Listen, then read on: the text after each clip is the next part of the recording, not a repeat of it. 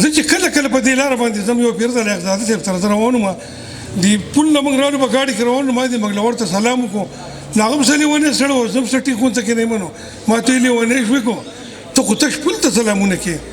ما وایي د خدای نیکبخته الله دې وبخښي ډېر لوی سړی و په دې کې ما یو درې ډېر لوی شخصیتونه دي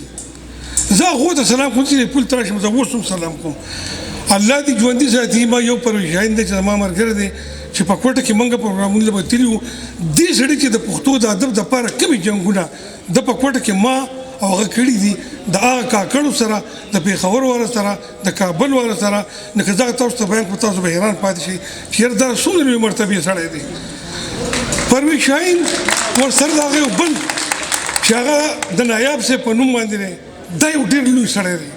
د چې د پښتو ادب دپاره یا د ادب دپاره کوم خدمات کړي دي نو هغه ماته معلوم دي د قلم د لارې زموږ ملګری زموږ بشر دی خو زه چې اوس هم دې پل ته راشم نو زه ما ته وایي دا سلامونه زه دې کسانو ته کوم خو د نن نه بعد به درېیم سلام په ما باندې فرض ووایم چې هغه به د عزیز طالب ته کوم دا هم زموږ یو ډېر لوی سړی پاتې شوی دی شاید چې زه نور وخت نه لرم وخت لږ دی ماښام کېږي زموږ قسمت دغه دی چې ما راپاڅئ یو یا د ماښام بانګ وي او یا د مازدیګر بانګ وي ټیم لږ دی نو اکثر ته داسې پکې راغلي چې په خیبر کې پیر د ماسخوتن بانګ شروع کړو اته مې خدای په دواړه جانه غر کړه نو زه مې سهار ته پرېښودی وم خو ثابته شپه به تېره شوه نو ښه بل وراره ته خبر شي دا یو کشر زما پاسېدلی او دغه یو دی چې زه د عباسین یوسفزي غزل وایم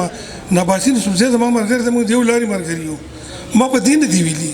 اوس که سبا سړی عباسین یوسفزي ته وایي چې یاره بابا وایي چې ستا غزل دې نه وي نو عباسین یوسفزي زما هیڅ هم نشي کولی خو به هر حال زما د لارې ملګری دی زما د ادب ملګری دی زما په زړه کې دنډ دی نو لهذا د دغه وجې ما وایي چې ټایم شارټ دی د وخت د کمۍ د وجې ورته ما دا ویلي دي ټول زما قدردان دي ټول زما کشران مشران چې څومره دي زه د هغو ډېره زیاته شکریا ادا کوم او زه یو دوه شعرونه زه غزل نشم ویلی سیدالله د غزل ټایم نه دی که نه ما لیکلی خو شعرونه به دوه درې ویم چې بیا تور باڼه د جانان نیغ ولاړ دي بیا تور باڼه د جانان نیغ ولاړ دی او د چا د خون په ارمان نیغ ولاړ دي او زما د خوږ زړه په کعبه کې اشنا ستا د یادونو بوتان نیغ ولاړ دي او یو دوه شعرونه نور وایم چې ستا د زړه په خاریه کې کورکي جوړوم چې ستا د زړه په خاریه کې کورکي جوړوم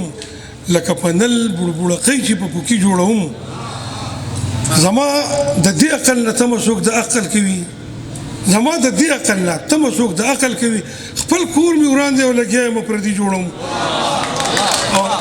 زما د دې عقل نه تمه څوک د عقل کوي خپل کور مې وران دی او لګیا یم پردي جوړوم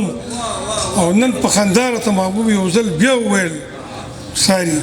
چې پړکې تا په سترګو وړونکي محبوب وویل چې پړکې تا